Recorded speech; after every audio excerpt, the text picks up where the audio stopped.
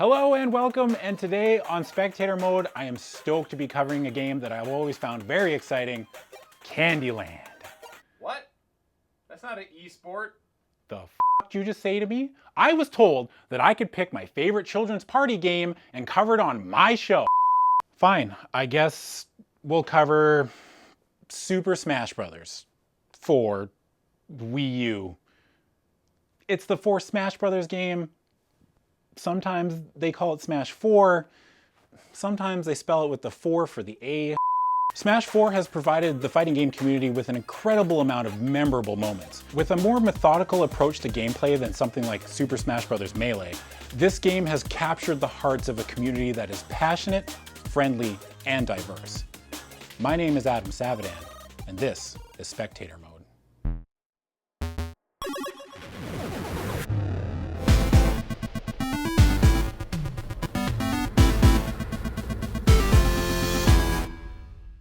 The stages in Smash 4, the very arena where the fights take place, are an integral piece of the puzzle. Each stage has a boundary which people refer to as the blast zone that extends slightly beyond the edge of the screen. If a player's character model hits this area, they lose a life, which I'll refer to from here on out as a stock, and they respawn back into the arena if they have any left. All competitive games are played 2 stocks and best 2 out of 3, with most grand finals being best 3 out of 5. Only a handful of stages are used because a lot of stages provide a massive advantage to a certain character, or have stage hazards that can easily take a stock, or have some kind of glitch or bug that players can abuse. There are 4 starter stages that are picked by the player who wins a game of rock, paper, scissors, or a coin flip.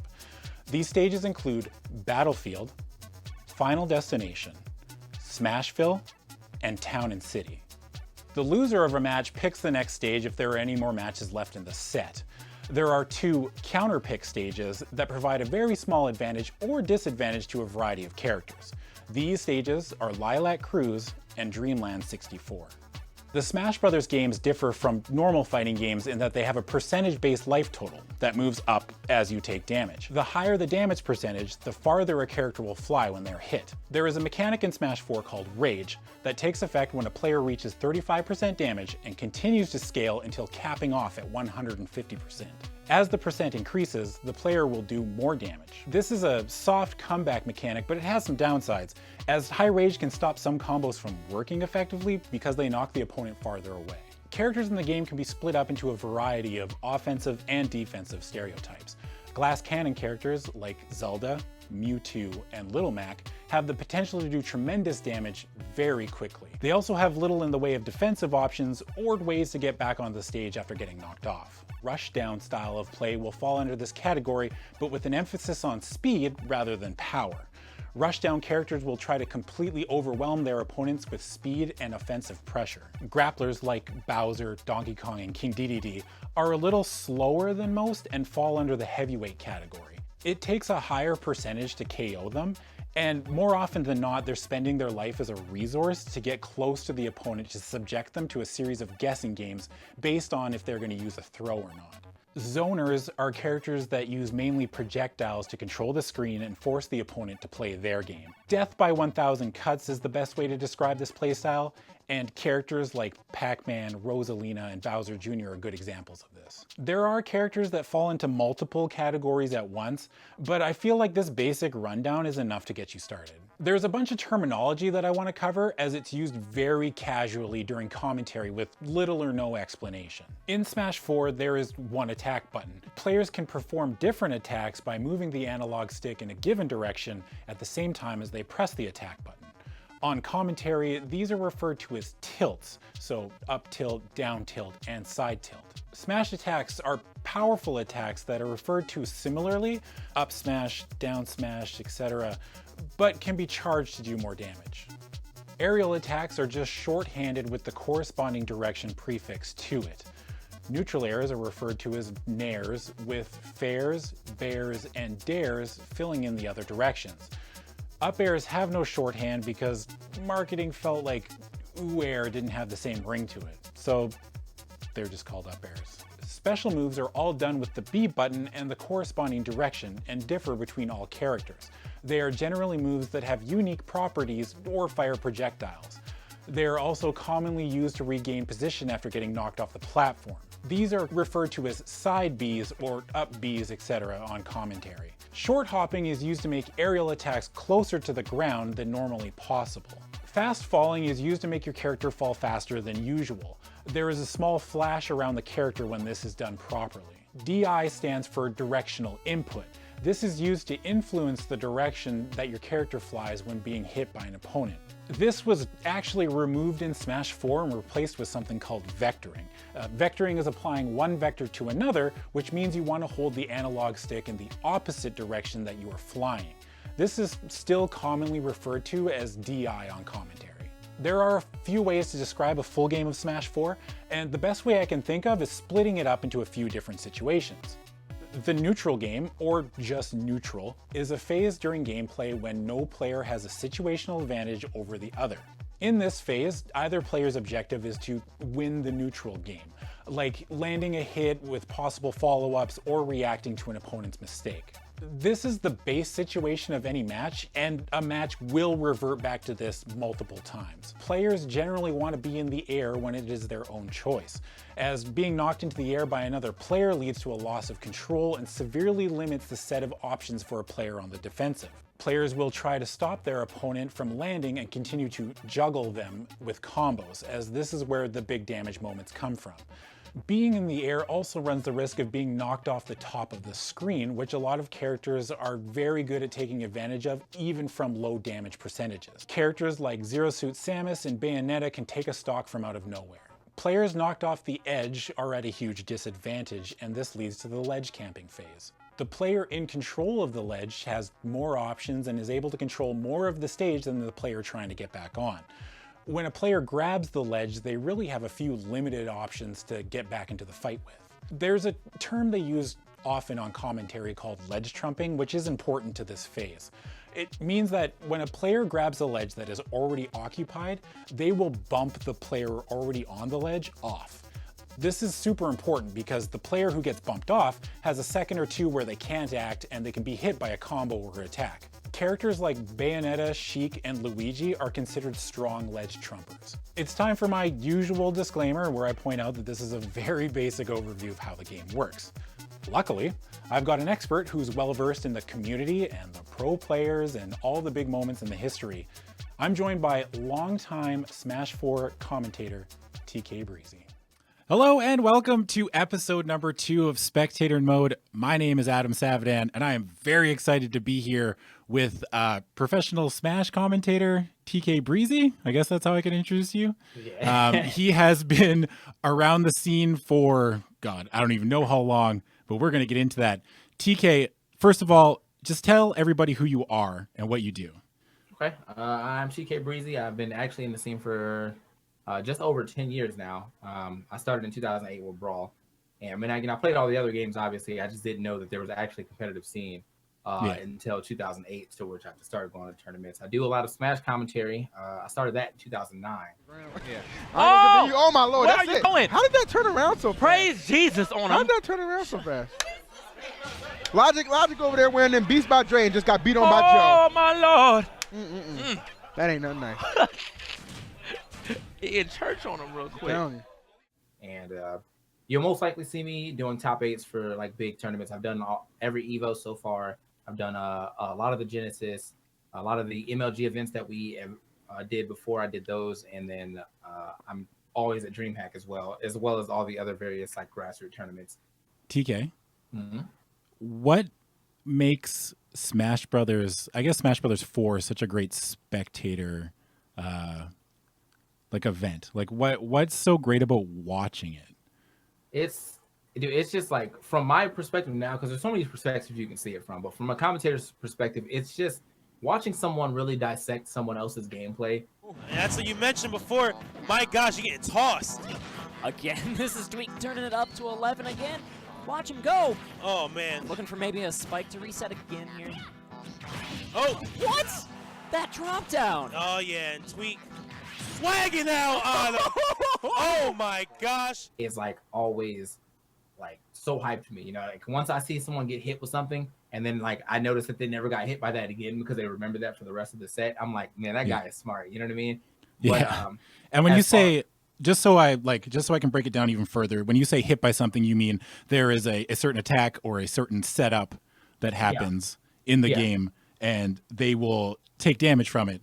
And then the next time it comes around, they find a way, like top players will find a way to adjust. Yeah, like if someone ever gets caught in a situation where like maybe they're about to air dodge, where they air dodge down and got punished for it, more often than not, especially in like a top 8, you usually won't see that same setup happen unless the person who got hit by it the first time is like shook, or it's been like a really, really, really long time. You know what I'm saying? Like a game, if it happened in game 1, you might see it again in game 5, but you usually won't see it like 1, 2, 3, 4, you know, all that good stuff. So it's so nice to see. I loved Smash 4 so much because it's more methodical, I guess is the word I'm looking for. Like it can be very explosive, but one of the things when I was watching it, like it was just, it looked like it could be so clean is the word I'm looking for, I guess.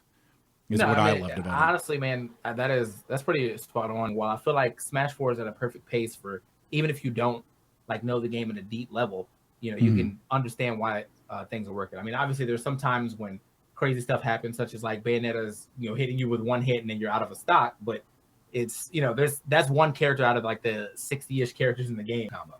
Yeah. The thing I love about games like Smash and everything else is each situation basically becomes this like branching spider web of options that will happen for each player, like decision points for each player to make. Like, oh, he did this, but now I have 2 options to cover this, and now they need to decide which option I'm going for and how to counteract that kind of thing.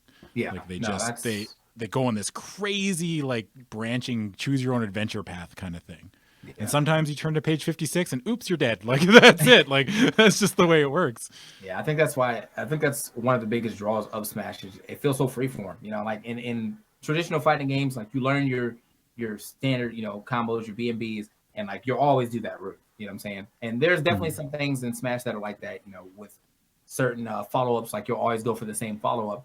But in a lot of these situations, like after you get a hit, like as you said, there's so many options that you can do after getting hit or getting the hit that it's like, all right, now am I going to wait for him to land? Am I going to be aggressive? Am I going to jump off stage? Like, am I going to wait for you to grab ledge? Like there's a lot that you can do in this game in comparison to like, you know, other fighting games. Yeah. Even just watching it from me, a basic viewer, I'm like, there's so much, I can tell there's so much going on. Like there's so many decision points that are made each instant. And I don't know. I think it's great. I think it's definitely something that you can watch just cold. Like you don't need to know everything. Like everyone has an idea of how Smash Brothers works. Mm-hmm. Correct me if I'm wrong. It was the first game that Nintendo actually patched. Yeah. We had bug fixes. We had character fixes. We had balance patches and things like that. And that was just great to see because honestly, the first version of Smash 4 was it was really rough. Like Diddy Kong could pretty much grab you 3 times in one set and your stock was gone. Like that was it. You got a down throw up air or like 2 times, and then you got a down throw up air the 3rd time and you're off the top. You know, one of the best tools that Diddy has is the fact that his down throw yields free follow-ups. And if he can't get the grab, he'll just wall out his opponent with forward aerials, the down tilt, so safe. But now Mewtwo King, down tilt, up throw. Oh, and there it is. And it was just like, dude, this is not fun to play. That sounds miserable. Yeah, I was like, this is just not fun to play. So they patched that out and they fixed some other things. And like every time, you know, I don't know how they got their information of what to fix, but like every time there was a really big problem, for the most part, it was fixed. You know, not everything was perfectly fixed, but for the most part, it was either toned down or buffed or whatever they needed to do to fix it. The first thing I want to talk about in Smash 4's like timeline kind of thing, which I thought was super interesting when I found out about it. Custom moves. Players can essentially change the way certain moves behave. What can you tell me about this? Like, what was it like in the community at the time? It was like originally a very cool idea, like on paper.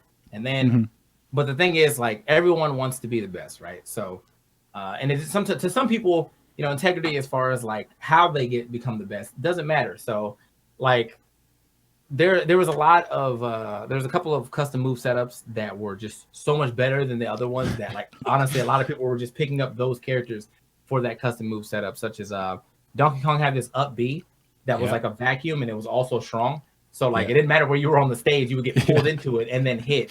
And so, and we dubbed that Win Kong. And so a lot of people who did not play Donkey Kong were picking up Donkey Kong. And then you know, Sonic had this like side B that would like ground you into the ground and stuff, and it was invincible on the way up. So it was like, and it would go higher, and people would, you know, they would pick that. And then Villager, you know, he had the balloons and the Lloyd rockets. And you could just camp the ledge like the entire time. So it was like, all right, well, this is you know, like this isn't fun to play against. But for the other person, it's like, you know, play to win. So it's not like you can complain. But you know, originally this idea that you can make your character cool was then kind of like just ruined, because now no one was trying to make their character cool. They were trying to make their character like busted. Or not even play the character that they started with. They just wanted to do what was like, you know, what was the meta, what could get them past people who didn't know how to fight it, and then, you know, progress. So it was, you know, it was a good idea on paper, but definitely not a good idea in execution. It looked miserable. Like it just, as even from like a viewer experience, it was two Donkey Kongs spinning in circles, and that was it. Yeah, it was. That was it, and we had to make a way to talk about it. And I think that like customs, I think was like the true test for commentators back in the day, because like, you can talk about, you know, two Diddy Kongs going at it, you know, every now and then, because even though I told you, know, the way that you could win is basically just getting grabs, like you still have to do other things, especially when you're going against another Diddy Kong. Yes, bananas, you want to use those to your disposal and stuff. But when it came to Win Kong, it was literally just up B versus up B. So we had to like, we started making more jokes, you know what I'm saying? We had to keep it interesting. If two Donkey Kongs up B in a forest and no one's around, is it still a lame custom? They're cutting down all the trees. In this character, up B. Lumiere coming through with the $5 saying, how can DK be real if our up Bs aren't real? I don't know, man. That's pretty good. It's pretty good. Yeah. There was also a great custom. It was, oh man, it was the Duck Hunt dog. And it would make, they had the cowboy, and it was like half the screen. That cracked me up so hard. I was like, this game's great. And also the big thing about customs that cracked me up too was, this was legal at EVO 2015. And that was the thing. There was a lot of fighting on that decision, but like not much we could do. Mr. Wizard said he wanted to see him, and we had to just go with what he wanted. Okay. And for those who don't know, Mr. Wizard is the head organizer of the EVO tournament series. For a game and a community that I want to word this correctly, but that has taken all the wacky stuff out of a admittedly kind of wacky game. And then for them to put in, I know it wasn't the community that said this was okay, but like for them to put in something that's incredibly like crazy, just like a huge, like such a balance changer is fascinating to me. I thought that was just weird. Yeah, I mean, if it was executed better, it could have been interesting. But I do understand your point, because we did take out items, we did take out all the like crazy stages and whatnot, but to see people already put out like videos and stuff of like what you can do with customs well before Evo happened, and people were still like, well, I don't know, man, we could try it. I was kind of like, all right, guys.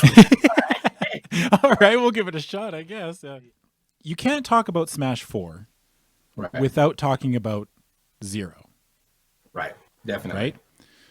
Zero was a player from Chile, and he started coming over to the US and absolutely tearing through tournaments for what was, I think, a couple years. One of the same combos that we saw to get that first stock off from Nairo right now. Oh, when he missed the grab. And there it is. That's going to be it right there. Amazing job right there by Zero, not dropping one set. This man remains undefeated. I don't know. To this day. Yeah, it was it was, I think it was a year and some change, like about a lot of change. He won, I think, about it's between 50 and 60 tournaments straight. What was it about Zero that made him so dominant? Can you sum it up? He just has a very good control and grasp of the game. Like he knows what position he wants to put you in. He knows exactly how to put you in that position, and he knows exactly how to capitalize off of you once he puts you in that position. Daddy would have died. Look at the confidence. Look, who am I? I am the best. I Who is the best? Who is the best? I am the best. I am the best. Who is the best? I am the Oh best. my God. Who is the best? Who is the best? Who is the best? Who is the best? One of the big things that we have always heralded him for was how good he was at keeping you at the ledge, which is a very unfavorable position in Smash. There's two really bad positions to be in Smash. It's being in the air when you were forced to be up there, and then it's being at the ledge. And Zero had a way of keeping you either in the air or at the ledge. And from the ledge, you can only do but so many options. You either let go of the ledge, try to come back on with an attack, you do a get-up attack, or you do a ledge jump. And it seemed like Zero was so good at covering every single one of those options in one ledge interaction that it just felt like literally impossible to get off the ledge. And so he would start the game, get his bananas out, get you off stage, and then just capitalize on you being in bad positions the entire time until your stock was gone. And it just, like, what do you do to that? Like, you have to have not only strong will, but you have to be able to avoid even getting put in that position in the first place. And that's just really hard to do. Watching all these tournaments through Zero's streak, and I watched like random matches here and there, and it looked like he was playing Smash in like the year 3000. Like, he was so much farther ahead than everybody else. Like, it just, and it's weird because especially with competitive games, it feels like the meta is usually self-correcting. So when a player is so much farther ahead than everybody else, the entire scene kind of goes into overtime, trying to figure out what that player is doing and how to beat it. Mm-hmm.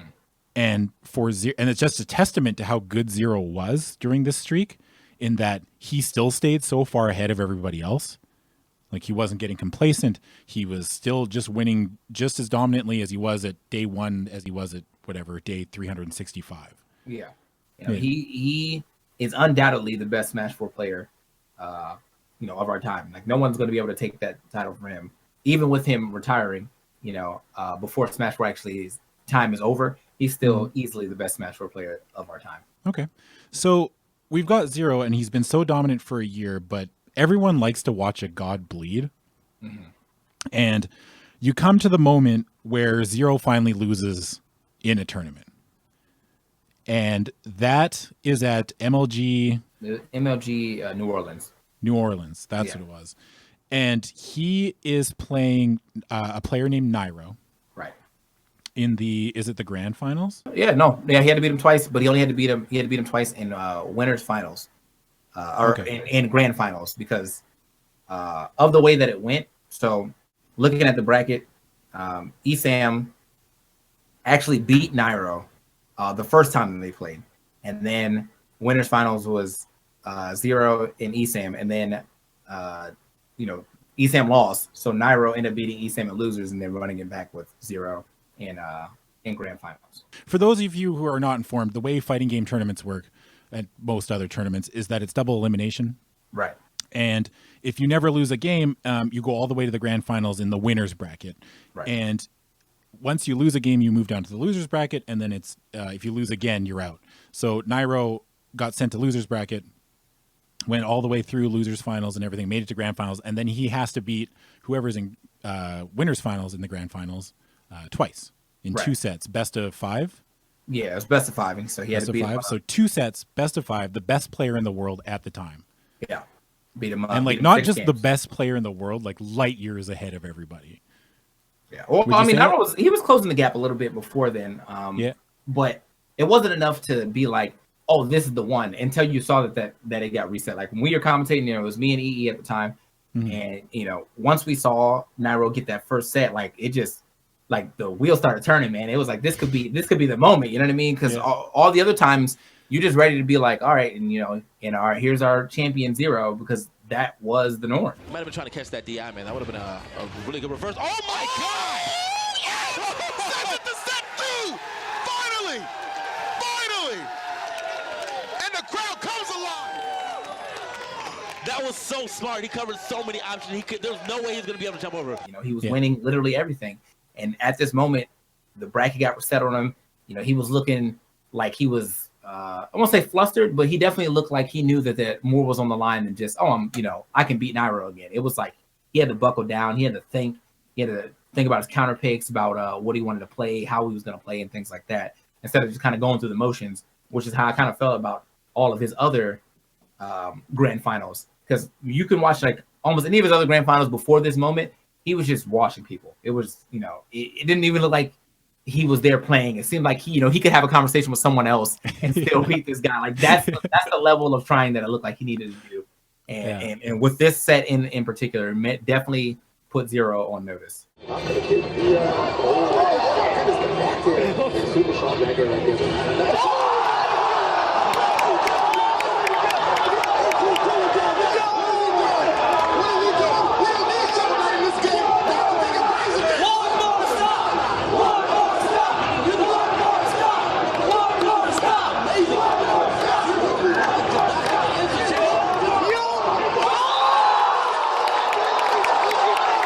Did you talk to Nairo after he beat Zero? Yeah, no, me and Nairo and like we're very close. So like we hang out in tournaments like all the time now. You know what I'm saying? And but when I talked to him after, it wasn't like I didn't give him like the, oh my God, you did it talk, you know, because I'm sure that he was still in the moment that was like, dude, like I just beat Zero. Like, Yeah, that's crazy. So, That's so crazy. you know, me and Ian walked up to him, congratulated him, and told him, you know, let's go out to eat later or whatever. But but after that's that, so like that's so chill. That's so right. It's like, yeah. It's just like, yeah, dude, good stuff. Let's try to go eat. Like, Yeah. So it was, so yeah, but we never really like asked him how does it feel, because you know how it feels. Like you just beat the best player in the world. There's no way that he's gonna be like, oh, it's another day, day in the life. Like it feels amazing. I don't really need to ask you because we were there as well. It felt amazing to watch, so I imagine that it felt amazing to do. So this I feel like this is like the first big moment in the history of Smash 4. Mm-hmm. Like this is it. Like Zero is finally lost, and then there's like this cool, there's like this cascade effect that almost seems to happen after Zero is finally beaten, and it's proven that he's human. He's not. He still wins a lot, but he's not as dominant. Zero takes a leave of absence. It's not too much longer after this, I think. Right. Maybe like a year after this or 6 months or something. And he takes a leave of absence. I can't remember why. It's like some kind of, I think it's like carpal tunnel, or he has some kind of wrist problem. Yeah. And this is when like everything starts shifting in like these cool ways. Like all of these foreign players start showing up at the Smash scene. And there's players like MK Leo, who's from Mexico, correct? Correct. And then Renai, who's from Japan. Right. And then Abadango shows up. I think actually I should rewind a little bit, because there is like this very hotly anticipated set between Zero and Renai. Right. Because Renai plays the villager. Right. Yeah. And he's considered the best in Japan. Right. And this is actually he was during... considered the best villager too. Like no one was touching that villager status. So, like if Zero was the best Diddy, then he was the Zero of villager in that way, where he just knew what to do and how to do it, like better than any villager we've ever seen. And not only that, but his setups, man, like he had some crazy setups that were like, he has some crazy shield break setups. Shield breaking with characters that don't actually have a shield breaker is like it takes a lot of thinking. And so I've seen him break numerous shields with some of his setups, which are like 5 levels ahead of any other character that I had. With Marth, you just hit the B button and hit a shield. This guy had to like plant a tree, use his axe, throw a bowling ball. Like it was a lot. So.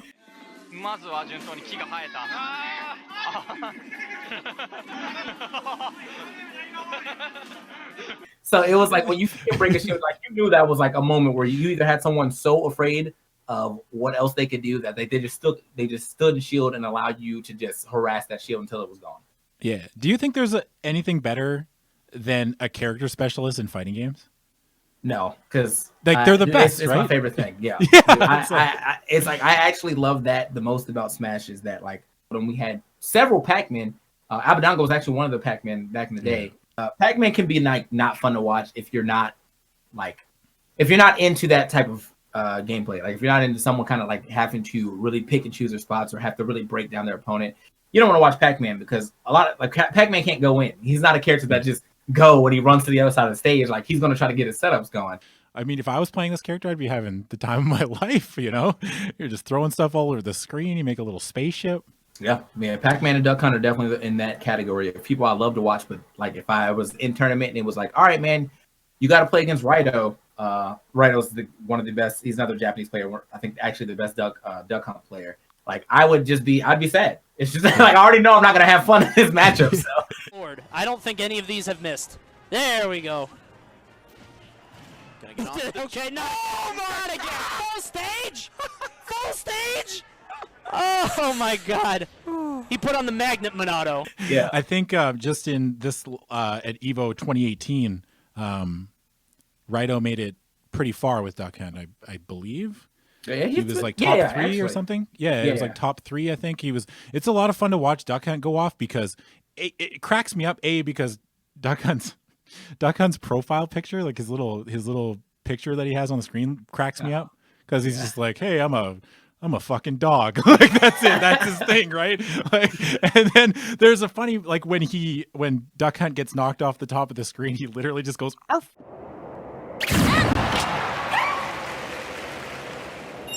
So we've got this huge influx of like national players starting to like fill into the scene.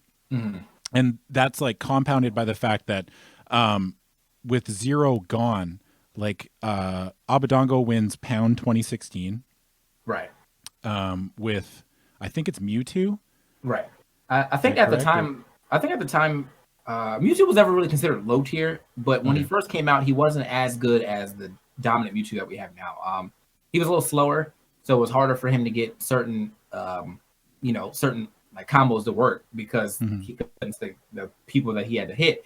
So basically, all they kind of did, I mean, I think they changed a couple more things, but one of the bigger changes for him was the fact that he just got better dash speed. And because of that, it's just like this character went from being, maybe a mid tier to like a straight up high tier. And it was like, oh, wow. So everyone started picking up Mewtwo, learning cool stuff with him.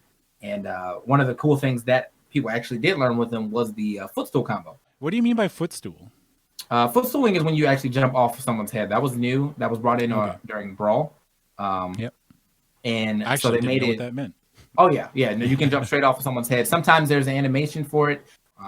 Which is something that Abadongo got a lot of KOs for, where he would do neutral air, and then from that neutral air, after he gets back on the ground, he'd do immediate jump and then footstool, and cancel his footstool height with disable, which was down B. And then so the opponent would then be dizzy, and he would just get an up smash, which was like one of his, I think, his strongest smash attack, and he would finish so many people like that. It looks good.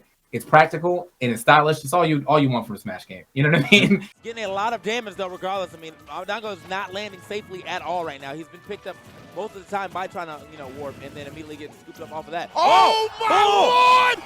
Jesus! Stop! Good Stop Lord! this man!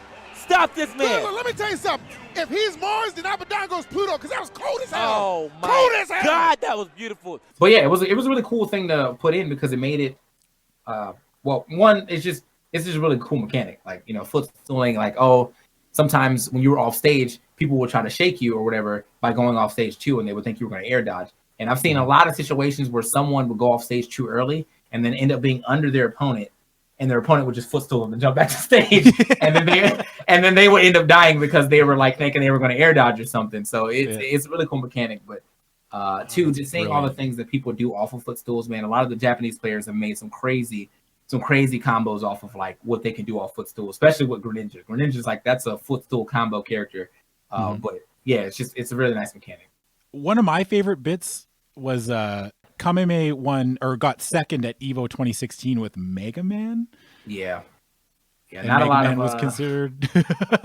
Not a lot of representation there, man. That was, he was undoubtedly the best Mega Man at the time. But his Mega Man at the time was, man, he had some setups, and he came through and showed them at EVO, man. It was a good it was a good tournament to watch, and it was like a great tournament to commentate because we got to see a lot of things that I normally would not see because of the cultural differences, or I guess the metagame differences in between America's metagame and the Japanese metagame. Okay. Yeah. How would you? Can you sum up the differences without getting too like nitty gritty? I guess. America just go for what works. Like, Yeah. like once someone finds out what is good, they're like, all right, I'm gonna play that character. When Cloud came out, everyone like when Cloud first came out, I think I was like one of the first people to be like, this character is good. But when he first came out, people were like, oh, this character can't be that good. Like, he doesn't have down throw to whatever, which was like a big thing in this game where people had like a throw combo. But Cloud didn't have any of that at the time. And so everyone was like, oh, he's not that good. I was like, dude, this guy's hit short is like half the screen. Like, I can't imagine this guy not being good. In Japan, they want to innovate. And that's why you see all those crazy characters. That's why you see like Greninja players, you know, winning tournaments or at least getting top 3. You know, they had a really good Ryu before Ryu was actually considered like good. They had, you know, Villager. You know, we always talk about Renai. They have Duck Hunts and all that. And like, so whenever you see people come through from Japan, you can't just be like, oh, that guy's low tier. You still have to worry because like they probably know something that we don't know because they're willing to sit and really lab that out. Yeah. Yeah. Oh, that's so crazy. That's so awesome though. Like, I guess that's a nice breath of fresh air for you as a commentator. We still have our, you know, our low tier heroes. It's just they don't make it nearly as far as like the Japanese low tier heroes. Yeah. Anything. It's just merely their ability to go into like a training mode and just play and do different setups and a willingness to grind it out rather than just being like, oh, this isn't working, I'm just going to play Diddy Kong. Like, you know, I want to talk when I was doing research too, I had this tournament called or questioned as being the most important Smash 4 tournament of all time. And I don't know if that's true, but it's 2GGC Civil War. I mean, if it wasn't the most important, it was definitely the most publicized and high-profile tournament that brought like a lot of the true essence, I guess, of esports to the table. You know, we had a lot of setup. We had a lot of promotion for it. We had like a huge rivalry going into it. What was the big rivalry heading into this tournament? That big rivalry was actually between Ally and Zero. So, you know, as you alluded to earlier, during that time that Zero had taken a little bit of a break or whatever, Ally definitely was taking some names. You know, he was winning tournaments, he was making it happen. So after a while, and they started meeting. Yeah, there was there was 2 sets I watched. I think it was between Ally and Zero. It was Smash and Splash 2 and 3. Excellent double jump, goes for the up smash. Not going to happen. Zero a little bit too close on that missed space down tilt. All right. Oh my goodness, and a little too close to Ally right there with some solid DI. Keep it. Oh no! Oh, there it is. How else could it shape up? It had to come down to a moment like this, baby. Somebody looking to take home the title right now. Smash and Smash 3, delivering on all cylinders. Right now, Zero on the ground. Ally gonna land. He's gonna get the up air. Oh, so close. I'm telling you, that's a scary situation to be in here. Ally just looking to get back to the ground. Zero, though, looking for the W, and he will take it. Because Ally is one Canadian. Right. Bless up for my boy. Got shout outs to Canada. And he also plays Mario, who is Mario considered a top tier in the game? Or Mario's like, he's definitely a top tier, but Mario players will act like he's not. It's like, it's so weird because they're always like, Mario's not even good, but you know, Mario's not top 5, and you're like, dude, like, you just won a tournament, you know, with Mario, like, or whatever. I don't consider Mario like top 5, but he's definitely top 10. Like, there's no undoubtedly he's top 10.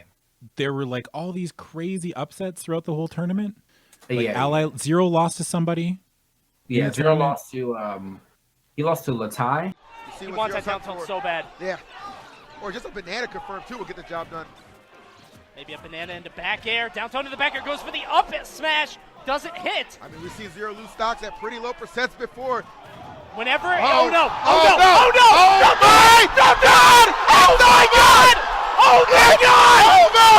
Latai beats Zero! Latai was like an up and coming ZSS player, but that Latai was on stream, so that was and that was big, not only for him but just for the community to watch that go down, because it was way earlier than anyone would have expected, you know, both of them to go out. I forgot who Ally lost to, but he also did not make it to top 8. A lot of damage that he got right there. The up B is not going to finish just yet, but still getting more damage. Oh, the jab coming out, disrupting Mario's grab. Ally is on the tab platform. He's got to get down from there, but instead he's going to take the back air. He's done it. Esam pops off. Esam has defeated Ally, destroyed his demon, and ended the Civil War. It was a big thing because, you know, in everyone's head, the way that it was supposed to go down was that Ally and Zero were supposed to meet in grand finals and duke it out. And that is like so far from what happened. It's like so far from what happened, man. Basically, everyone that was in the top 8 of this tournament was so far removed from what everyone thought it would be, like you just said. Yeah, Fatality got second place in that. He only lost to DeBuzz, who you know, this was a big come up for DeBuzz. DeBuzz, to speak on him for a little bit, he's always been consistent. You know, he's always been in like almost every top 8, but he never won anything.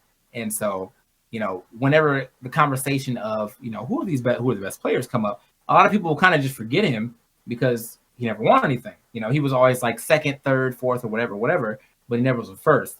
And this tournament, you know, he was first. The biggest tournament, you know, some say obviously the most important tournament, he ends up getting first. The way that the top 8 was supposed to shape up is not how the top 8 shaped up at all. I think the only few people who made it in top 8 that were like, okay, these people are always making it in the top 8. There was DeBuzz, there was Larry. No, Larry didn't even make it actually. Larry got 9th, and so did Nairo. It was DeBuzz. Captain Zach was making a couple top 8s at the time, and Mars. And then after that, like you had T, the Link player. He got 3rd. That was crazy, man. There was a lot going on in this tournament. Can you describe to me how it felt? Like you were there and you were experiencing this whole like something was happening. Oh man, it was a great atmosphere. Like they the tournament in itself, it felt like, you know, you felt like you were obviously at a tournament. It felt like you know, people were there to compete. But even if you weren't there to compete, it was a great spectator event. You know, if you knew nothing about Smash, I think you would have came away from Civil War with a higher appreciation for Smash, just off of like, you know, being there. You didn't even have to talk to anyone. You didn't have to ask anyone anything. Just watching the spectacle, watching how the community reacts to certain things, you know, all of that just together was just amazing, and it was lovely. Do you have any like favorite moments or like matches that you want to highlight? Like if someone was going to walk up to you and say, TK, I've never watched Smash before. Can you point me in the right direction? What should I watch first? What are some of the best matches that you could point out to like a new player, or not a new player, but like a new viewer? Wow, that's actually, that's a really good question.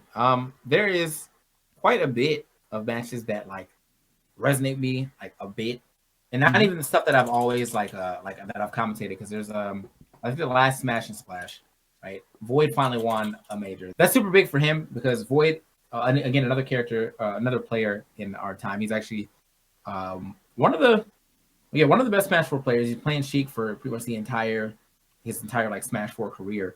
And he's an innovator. Like he just makes the character look so good. But Void, at this tournament, he had to beat Salem. You know, Salem again. You know, always he's been up there. He's beaten Zero. He's beaten like a lot of people. He's won a lot of tournaments. So this was a huge deal for Void, and I think the Void versus Salem setup is a perfect set to watch if you're trying to get into Smash, because not only was the energy of the match like palpable, but Zero was commentating, and so like it's like not only do you get like something that's like super crazy, but you also get to see something that's also out the norm on the mic. Like Zero he was not a commentator, or he was not known as a commentator. You know, he is a player, but he is now lending his knowledge and his hype and all that to the commentary booth, and it translated very well. Void is playing the same amount of godlike play that I saw yesterday. When I saw him play yesterday, I felt if this man plays the same way today, he'll win. The boss even said that. If Void plays the same way he played yesterday, he's winning the tournament free.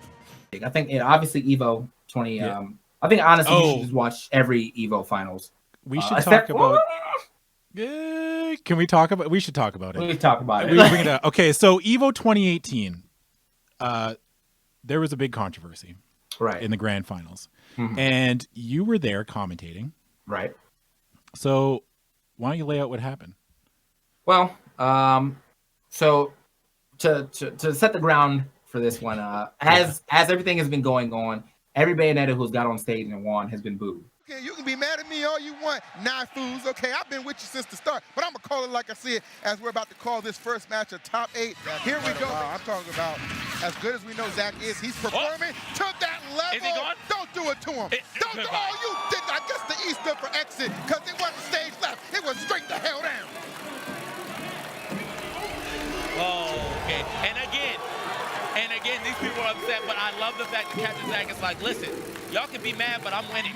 So this is still looking pretty rough. Oh, the banana, he was so far away. It does not seem to matter the roll, but it was which time he had all the time in the world to get that. That is so unfortunate, and here it is.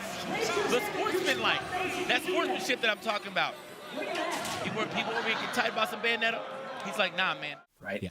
Doesn't matter who they are, no fan favorites. They were getting booed. And like they've been dealing with this for a long time because, you know, the community, the vocal part of the community just doesn't like Bayonetta, you know. Yeah. And that's unfortunate, but like, hey, you know, it is what it is. So finals came through, top 8, 3 Bayonettas in top 8. It was a mistake. It was Captain Zach, and it was Lima. I thought we got saved partially because Neotono managed to beat Mistake. But I was for sure that we were going to get a top 3. I was for sure that we were going to get a top 3 Bayonetta, and I was like, oh, no. Because I want to actually, that's a good thing you mentioned that because I think you were also, from this one conversation that we've had, is a strong believer, and you've tried to reiterate this point, I think, is that the character doesn't make the player. No. I mean, the character can help boost the player, but at the end of the day, the character does not make the player. You know, you still have to learn, basically, for most parts. Like, there's never really a character you just pick up and is an auto win. And Bayonetta, with all of her tools, and even though they feel like, they feel so, like, when you watch it, you just think, man, that's easy. Like, once you go about trying to learn it, it's a totally different ballgame. So, yeah. Okay, but so you think that there's going to be a top 3 Bayonetta, and there it's not. Right. And I want to reiterate, I don't have a problem watching Bayonetta. Like, I actually do like watching Bayonetta. My problem was I don't want to watch the same match that many times in a row. It could have been 3 anythings and I would have got tired. Like, it's just like I like diversity. When a game has a lot of characters, I like to see diversity. So I could have seen 3 Marths in the top 8 and I still would have been like, man, if we get 3 Marths top 3, I'm probably going to be like, man, whatever. And I love Marth. I actually play Marth myself, but I still don't want to see the same match that many times in a row. So what about 3 Duck Hunts? That's no, man. That's that sounds like 2 people standing on 2 different sides of the stage the entire time. So, but anyway, so we almost hit this top 3, all Bayonetta. So we get there, and Neotono ends up losing to I forgot who was in losers. It might have been Lima, but he loses there, and then grand final starts. Right, everyone is now frustrated because we've watched a Bayonetta in pretty much every match, and they've just continued to win. And so now we're at this point where Bayonetta is the last 2 people, or the last 2 people here, and there's a potential for a reset, which happened. And it was game 5. So oh no, so a lot of people were now at this point in time are now upset because like this is not what they wanted to see. And there's 2 sides of this coin that I can accept both sides. Yeah. Where people were like, I don't want to watch this, and booing is part of sports. So if I boo, I boo. And I'm like, okay, you know what? That's true. Booing is definitely part of sports. They have to deal with that.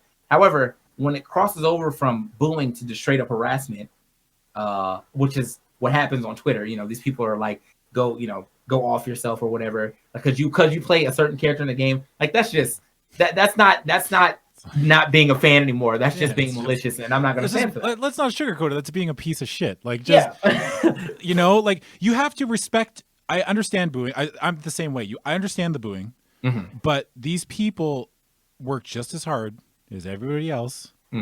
Like, you have to respect that, no matter if you disagree with their character choice. Yeah. So, they work hard. It was rough though, because like we could hear it. We could hear it in our headsets. And or not in our headset because they had crowd mics, but we could also just hear it like it was that loud.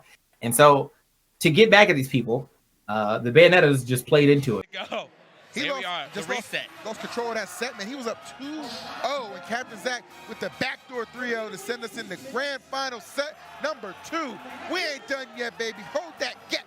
and get to the click clack. Let's do it. Bro, what is going on? What is this? I don't know. I was stalling for time. All right, man. Well, now I really understand why this is the last Evo. Last Evo was Matt and Maury. I mean, now you really get it.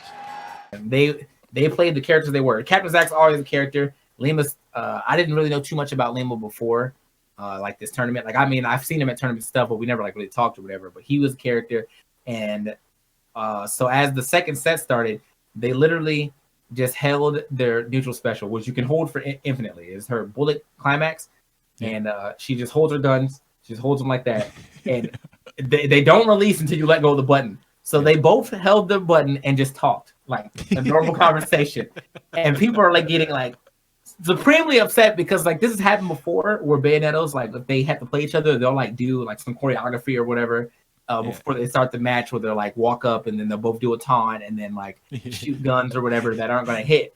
But this time they said no, we're just going to hold it. So about a minute had passed and I was like, man, this is really happening. You know what I mean? this is actually happening right now. Yeah. And luckily for us, there is we have set a rule because like back in the day, I'm not sure if this rule actually started with Melee or if it started with Brawl, but it's basically a Mewtwo King rule. Mewtwo King, a top player, nothing but respect for him, but he does play extra lame if he needs to. And back in the day when Brawl was a thing, he would just camp. Like he would get the lead and he would shark. And sharking is when you just keep going under the stage and grabbing the ledge or whatever and whatever. So he would do that for the rest of the game because you couldn't get him. And after he got the lead, so we had to make a rule to stop stalling. And that was, you can't stall, you can't grab the ledge this many times, blah, blah, blah. So we figured out that, they've called the holding the B button that was stalling. So Bear went up there and said, hey, you guys can't stall. Y'all have to play. And then they played it out and it was normal set. And it was great, whatever. But that 1 minute and whatever amount of seconds that happened, it was a huge detriment to the Smash scene that I understand why it happened, so I'm not nearly as mad, but I'm still disappointed in the fact that how it's going to be looked at from the outside. Yeah. I think that you make good points and that people forget that there are two sides, and you have to put yourself in the position of the players because people forget that there's all this money on the line too, right? And they're picking characters that help them win. They're trying to pay rent. They're trying to like earn a living off playing this game, right? Right. And some players, like you said, are going to pick characters that are the strongest. And like, it's just a product of that, I guess. And it's just, I don't know. It's tough, It's tough to find a balance. This is putting you on the spot. Okay. But I want to smash for commentator Mount Rushmore. A Smash 4 commentator Mount Rushmore? Yeah. Okay, D1. Okay, here we go. Is he gonna come back in game 3? Oh, and he did! In the comeback, a solid paper right there. Boom, man. He threw it out. Look, let me tell you how he do that. How do you do it? Wait, let's go. Hand. All right, here we go. Let me. No. Full screen that joint. Full screen. Real quick. Instant replay over here. Instant replay. Here we go. He's got to be in there. Like he's got to be in there. Just even if it was just for Smash in general, like he's got to be in there. Rock, paper, scissors, shoot. Oh, he got him. The triple scissors. The kid is popping out. The kid, straight out the room, barely knows how to use his fingers. Managed to make 2 scissors and win the game. Yeah. Me? Yeah. Yes. Okay. I'm nice, dude. Like, I'm so glad you didn't sugarcoat it. Yeah, baby. Woo! Yeah, I love it. Move better than its X move. Zach actually making short work of him. Zach had his hands out for a handshake. Como Rikiri just walked right by, my man said. Wow. TK? That's so good. D1 me, EE. Finally ending J-Dog's triumphant run all the way to 5th place, man. That's it. That was good. Yeah, I mean, that was... Whose grandpa is that back there? What? I don't know, man, but he is not happy, dog. He is not happy at all. I would be pretty mad, too, because I know your grandson still ain't in this tournament. I know everybody left still in this bracket, and they all got cars, so. Son, your grandson in here just playing friendlies. I'm gonna tell you right now. Well, I don't know who Granddad is, but I'll tell you that's the last time he ain't gonna show up here. Shouts to Pops, man, hanging in there. He's like, Dad, we're only gonna be there for like an hour. All right, boy, for just an hour. Yeah. And then like the fourth part is such a toss up because like me, D1 and E have been like palling around and doing this for so long. But there's so many commentators that I feel like could deserve that fourth spot that make it difficult to make it for people. Like in my head, there's Kataro, there's Vicky. She's been holding it down. There's Max, there's Coney. I would love it for it to be Coney. Like if it was my personal choice, it'd be Coney. Potentially, or it could be 10 matches. We're about to find out. Time's coming off, though, because you know what time it is, man. We got to get serious with it. You got it. Why don't you take off your tie, E? Take off that tie, man. Why don't you take it off? I want to see your technique.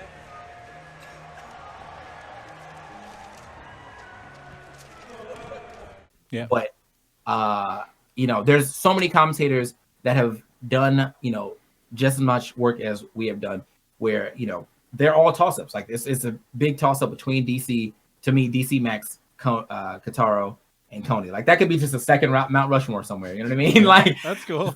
But, or we could just put 4 heads in the 4 different heads in the one last head. Oh yeah. Right? Like the little ones, and then there's like the 3 U, D1, and EE, and then there's like 4 little ones.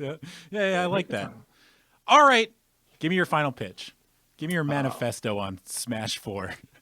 Final pitch. I guess just my final thoughts altogether would be, we're all looking forward to Ultimate, okay?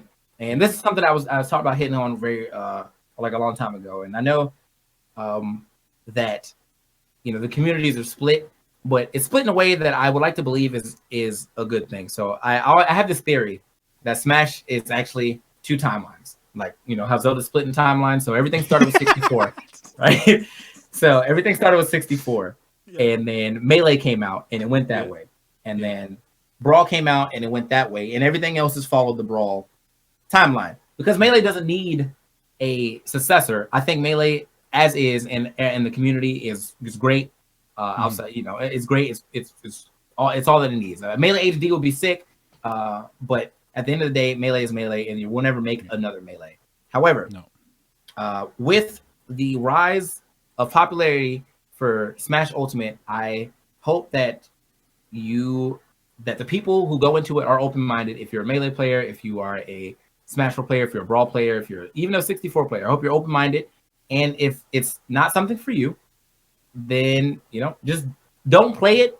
But at the very least, don't be that guy who is, just actively being a shitter. Like, you know what I mean? Like we have enough shitters in the community. We're actually trying to get rid of them. So everyone has preferences, you know what I'm saying? Some people love Melee and dislike 4, but can appreciate, the people they met through there. Some people love 4 and dislike Melee, but can appreciate the people they met through there.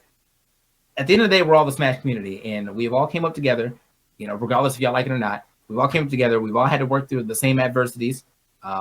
We've had to prove ourselves in multiple facets. For a long time, the FGC didn't even see us as like a game or whatever, like, oh, whatever. And we together had to show them that, we are a community that is out here and we're here to stay. And now look at us, we're like one of the largest communities as far as fighting games go. And it's only going to get larger as far as Ultimate comes. So I look forward to all the new people that are coming into Ultimate. And if you are watching this and you decide, I'm going to get Ultimate too, then I look forward to seeing you at a tournament at some point in time. But at the end of the day, the main point of the community is to feel like a community. So be kind to each other, and even if you disagree, you don't have to be malicious in disagreement. You can be civil, you can disagree civilly, and keep it moving. Yeah, well said. I think even I'm going to play Ultimate. I've never played a Smash like even remotely competitively. I'm so hyped for it because like as far as the split timeline thing goes, like all the Brawl players were good in Smash 4. So now I'm wondering if that's going to carry over to Smash Ultimate. Will the Smash 4 players be just as good? Like, will we see the same people at the top? Yeah.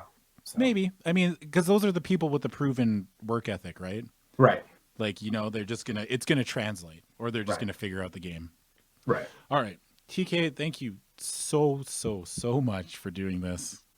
No problem, man. Absolutely awesome. I can't wait. I'm gonna go and get this bad boy edited and get it out. One more time, people can find you on Twitter at TKbreezy. Right. And they can also find you on twitch.tv/TKbreezy. Right. And pretty much if you type in TKbreezy on Google, like all of my stuff will show up. Because I branded correctly, folks. Like you did it. Yeah.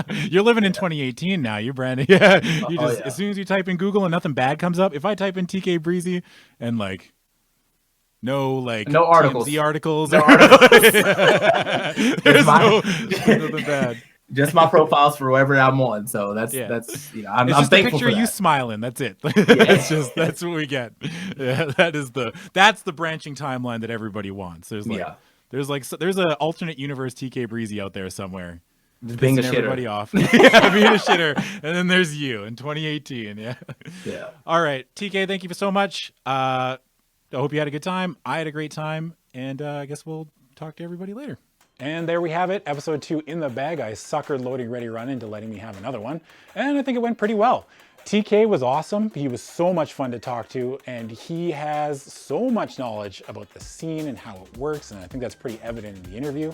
I want to give one more shout out to his Twitter. It's at TKbreezy, and also you can find him at twitch.tv/TKbreezy. I think he streams every day. As always, you can find me on Twitter at WakeUpSuper, and you can also find me at twitch.tv/cbats. And this episode was brought to you by you, the viewer, at patreon.com/LoadingReadyRun. Well, there we have it. I'm out of here. My name is Adam Savadan, and that was Spectator Mode.